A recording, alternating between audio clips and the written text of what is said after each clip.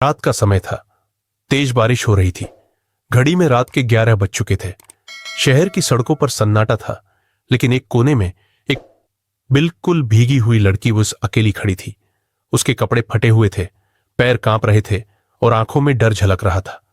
सामने की सड़क पर एक लग्जरी कार रुकी। अंदर बैठा आदमी लगभग 40 साल का था। अरविंद मल्होत्रा, शहर का एक मशहूर बिजनेसमैन। उसकी दुनिया में दौलत की कोई कमी नहीं थी, लेकिन दिल में संवेदनाओं की जगह भी नहीं बची थी। अरविंद की नजर उस आडरी सहमी लड़की पर पड़ी। वह आगे बढ़ा और गाड़ी की खिड़की नीचे कर दी। तुम यहां इस हालत में क्या कर रही हो? उसने सख्त आवाज में पूछा।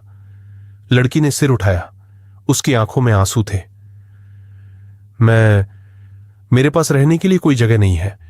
मुझे सिर्फ एक रात के लिए कहीं पनाह मिल जाती तो मैं सुबह चली जाऊंगी। अरविंद कुछ देर सोचता रहा। उसे यकीन नहीं था कि इस अनजान लड़की की बातों पर भरोसा किया जाए या नहीं, लेकिन फिर उसने लंबी सांस ली और कहा, बैठो गाड़ी में। लड़की चुपचाप बैठ गई। रास्ते भर उसने एक भी शब्द नहीं कहा। अरविंद ने उसे अपने कोली शानदार बंगले मैच में पहुंचा दिया, लेकिन उसे क्या पता था कि टास जिसे वह एक बेघर लड़की समझ रहा था, उसकी असली पहचान उसे पूरी रात सोने नहीं देगी। सिया की जिंदगी में दुखों का सिलसिला नया नहीं था। जब वह 5 साल की थी, तब उसके पिता ने कर्ज के बोझ से तंग आकर खुद को खत्म कर लिया था। मां ने जैसे तैसे उसे पालने की कोशिश की, लेकिन गरीबी ने उन्हें कभी चैन से सोने नहीं दिया। पिछले कुछ महीनों से हालात और खराब हो गए थे। मां बीमार पड़ी, लेकिन घर में पैसे नहीं थे कि सही इलाज करवाया जा सके। पड़ोसियों ने मदद करने की कोशिश की, लेकिन आखिर कब तक? धीरे धीरे मां की तबीयत और बिगड़ती गई और एक दिन सिया ने उन्हें अपनी बाहों में दम तोड़ते देखा। मां के गुजर जाने के बाद उसके पास कोई घर नहीं बचा। मालिक ने किराया न देने की वजह से घर से बाहर निकाल दिया।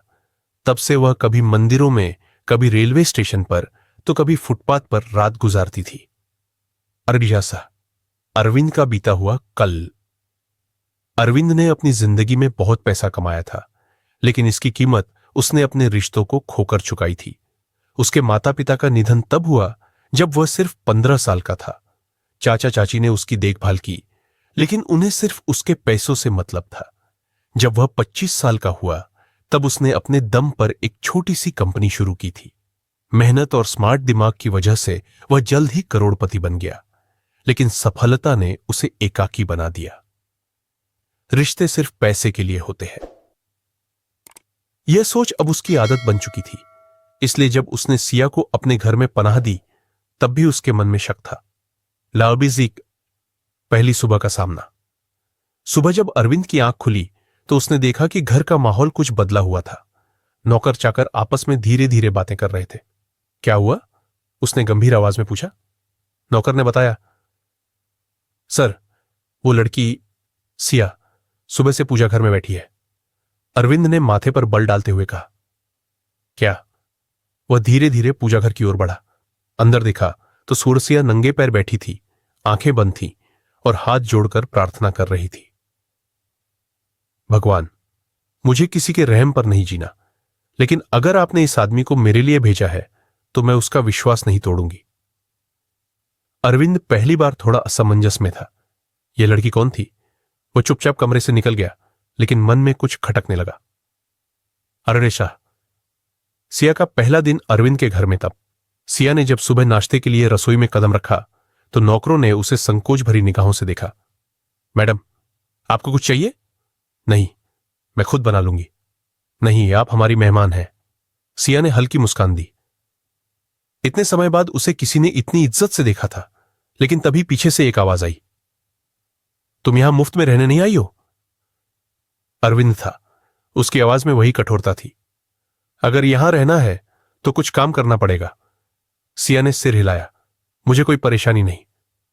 अरविंद ने सोचा कि वह शायद मना कर देगी, लेकिन सिया के चेहरे पर आत्मसम्मान झलक रहा था। अरस, रिश्तों में बदलाव लाकर। दिन बीतते गए। सिया ने घर के छोटे मोटे काम करना शुरू कर दिया। कभी रसोई में मदद करती, कभी पौधों को पानी देती और कभी नौकरों के साथ मिलकर सफाई करती। धीरे धीरे घर के लोग उससे घुलने मिलने लगे। नौकरानी उसे बेटी की तरह मानने लगी थी। लेकिन सबसे बड़ी बात यह थी कि बर्जिसे का बनने अरविंद का व्यवहार भी बदलने लगा था।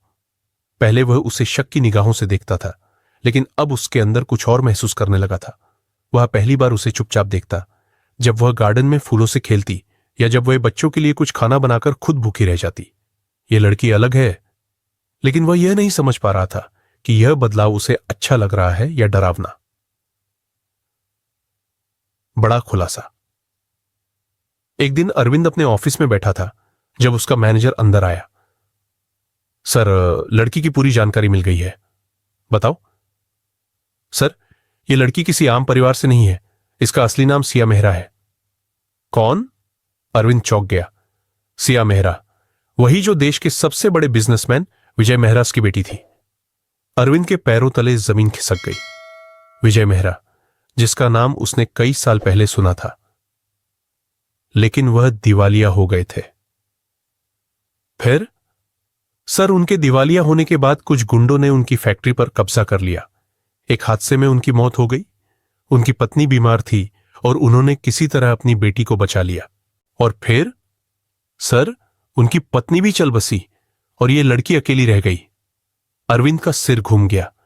जिस लड़की को वह सड़क पर पड़ी एक बेसहारा समझ रहा था, वह एक कभी सबसे अमीर घराने की वारिस थी। अरविंद की उलझन वह पूरी रात सो नहीं सका। क्या मैं इस लड़की को उसकी सही जगह वापस ला सकता हूं? लेकिन उसे खुद पर गुस्सा भी आ रहा था। मैंने इसे भीख में जगह दी, जबकि इसका हक मुझसे भी बड़ा था। सुबह होते ही उसने सिया को अपने कमरे में बुलाया। तुम कौन हो? सिया का चेहरा पीला पड़ गया। मुझे पता था कि एक न एक दिन यह सवाल आएगा। मुझे सच बताओ। सिया ने सब कुछ बता दिया। मां की बीमारी, पिता की मौत, घर से निकाले जाने की कहानी, सब कुछ। अब मैं सिर्फ सिया हूं, ना कोई मेहरा, ना कोई अमीर खानदान की लड़की। अरविंद ने पहली बार सिया को उस नजर से देखा जिससे वह कभी किसी को नहीं देखता था, सम्मान की नजर से। वस्म, अगला कदम। अरविंद ने ठान लिया था, अब वह कुछ ऐसा करेगा जो सबको चौंका देगा। मैं इसे इसका हक दिलाकर रहूंगा।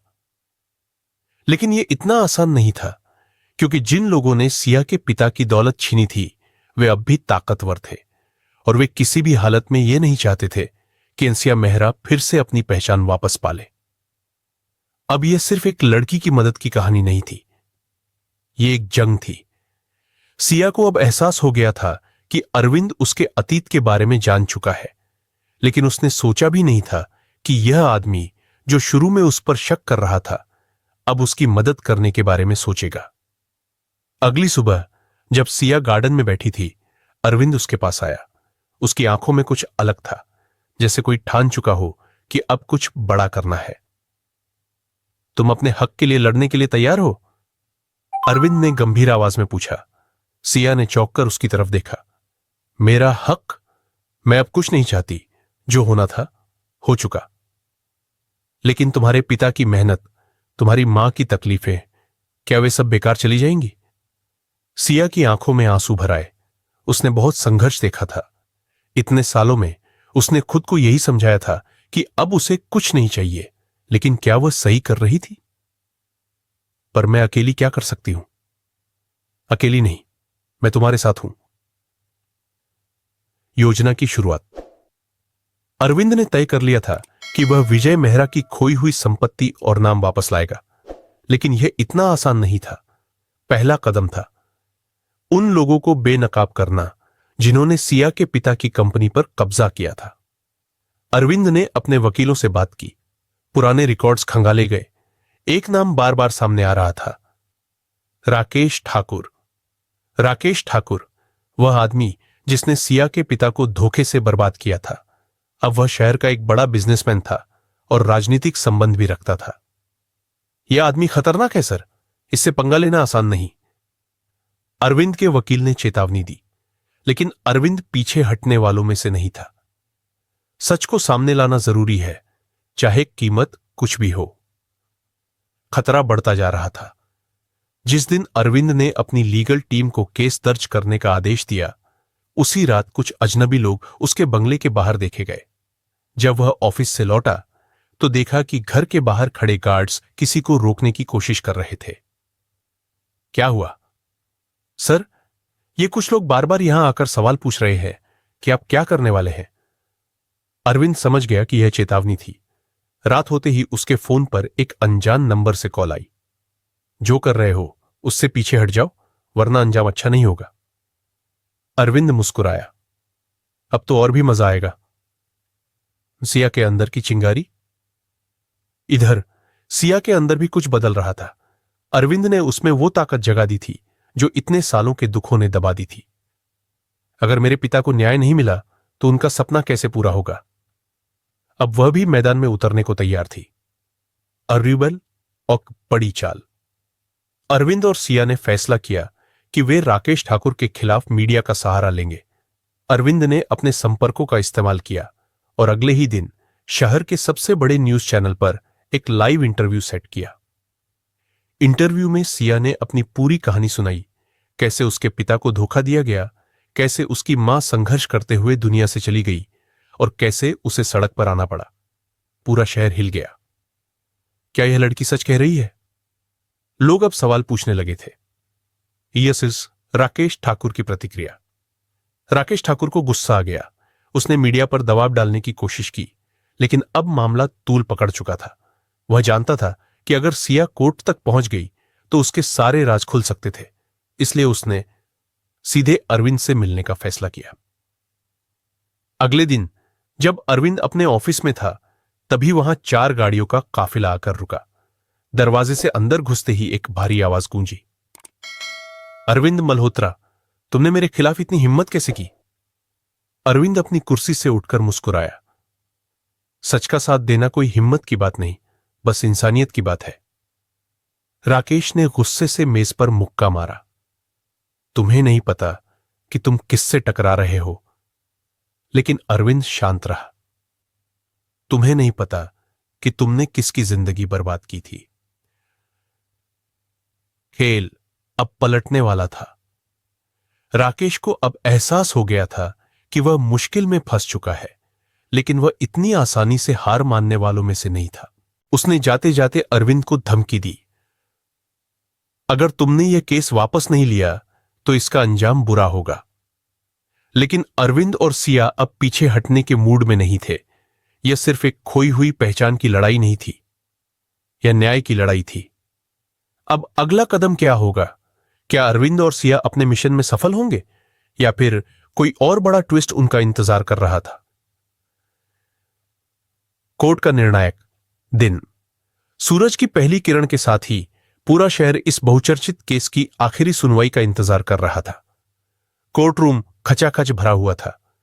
पत्रकारों के कैमरे लगातार रिकॉर्डिंग कर रहे थे। अरविंद और सिया दोनों कोर्ट में मौजूद थे। सिया की आंखों में एक अलग आत्मविश्वास झलक रहा था।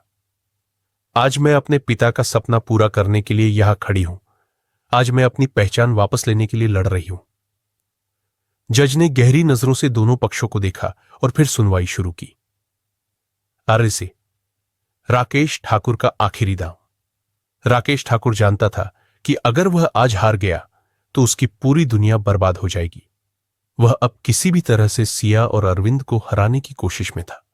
उसने अपने वकील से कहा, कुछ भी करो लेकिन मुझे इस केस से बचाओ। उसका वकील कोर्ट में खड़ा हुआ और बोला, माननीय न्यायालय, हमारे पास इस बात का कोई पुख्ता सबूत नहीं है कि विजय मेहरा की संपत्ति को जबरदस्ती हड़पा गया था। सिया के पास कोई दस्तावेज नहीं है जिससे यह साबित हो सके कि वह असली वारिस है। कोर्ट में हलचल मच गई। लोग फुसफुसाने लगे, क्या सिया हार जाएगी? लेकिन तभी अरविंद उठ खड़ा हुआ। उसकी आवाज में गहरा आत्मविश्वास था। माननीय जज साहब, मैं सबूत पेश करना चाहता हूं। डारा, एक गुप्त सबूत जिसने सब बदल दिया। सभी लोग चौंक गए। अरविंद ने आगे बढ़कर एक पुराना फाइल जज के सामने रख दिया। यह रहा वह दस्तावेज जो साबित करता है कि विजय मेहरा ने अपनी कंपनी और घर को कभी बेचा ही नहीं था। यह जबरदस्ती लिया गया था। जज ने दस्तावेज पढ़े और फिर गहरी नजर से राकेश ठाकुर की ओर देखा। क्या आपको कुछ कहना है श्रीमान ठाकुर?